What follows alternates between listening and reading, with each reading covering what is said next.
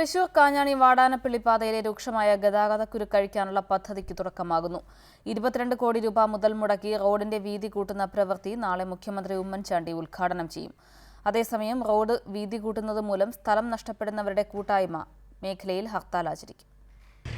ഗതാഗതക്കുരുക്കിനാൽ വീർപ്പുമുട്ടുന്ന പാതയുണ്ടെങ്കിൽ അത് തൃശൂരിൽ നിന്നും വാടാനപ്പള്ളിയിലേക്കുള്ളതാണെന്ന് വേണമെങ്കിൽ പറയാം. വീതി കുറഞ്ഞ റോഡിലൂടെയുള്ള സഞ്ചാരം അത്രയ്ക്കധികം ദുഷ്കരമാണ്. പാതയിലെ കുരുക്കുകളഴിക്കാനുള്ള ശ്രമത്തിന്റെ ഭാഗമായാണ് വീതി കൂട്ടാനുള്ള തീരുമാനമെടുത്തത്. ആദ്യഘട്ടത്തിൽ പടിഞ്ഞാറേക്കോട്ട മുതൽ എറവ് വരെയുള്ള 9 കിലോമീറ്റർ ദൂരമാണ് 17 മീറ്ററിൽ വീതി കൂട്ടുന്നത്. കാലത്ത് മുഖ്യമന്ത്രിയാണ് നിർമ്മാണോദ്ഘാടനം നിർവഹിക്കുക. അതേസമയം ഭൂമി നഷ്ടപ്പെടുന്നവരുടെ ജനകീയ കൂട്ടായ്മ ഹർത്താലിന് ആഹ്വാനം ചെയ്തിട്ടുണ്ട്. നിലവിൽ ഭൂമി നഷ്ടപ്പെടുന്ന അവസ്ഥയുണ്ടാകില്ലെന്നിരിക്കെ നടത്തുന്ന ഹർത്താൽ പ്രഹസനമാണെന്ന് മണലൂർ MLA PA മാധവൻ പറഞ്ഞു. 1 ഇഞ്ച് ഭൂമി പോലും അക്വയർ ചെയ്യുന്നില്ല, 1 ഇഞ്ച് സ്വകാര്യ ഭൂമി പോലും കൈവശപ്പെടുത്തുന്നില്ല. പുറമ്പോക്ക് ഭൂമി പൂർണ്ണമായി ഒഴിവാക്കി, അക്വിസിഷൻ ഒഴിവാക്കി റോഡിന്റെ വികസനം മാത്രമാണ് ഇപ്പം നടത്തുന്നത്. റോഡിന്റെ വീതി 15 മീറ്ററായി നിജപ്പെടുത്തണമെന്നാണ് ജനകീയ സമരസമിതിയുടെ ആവശ്യം.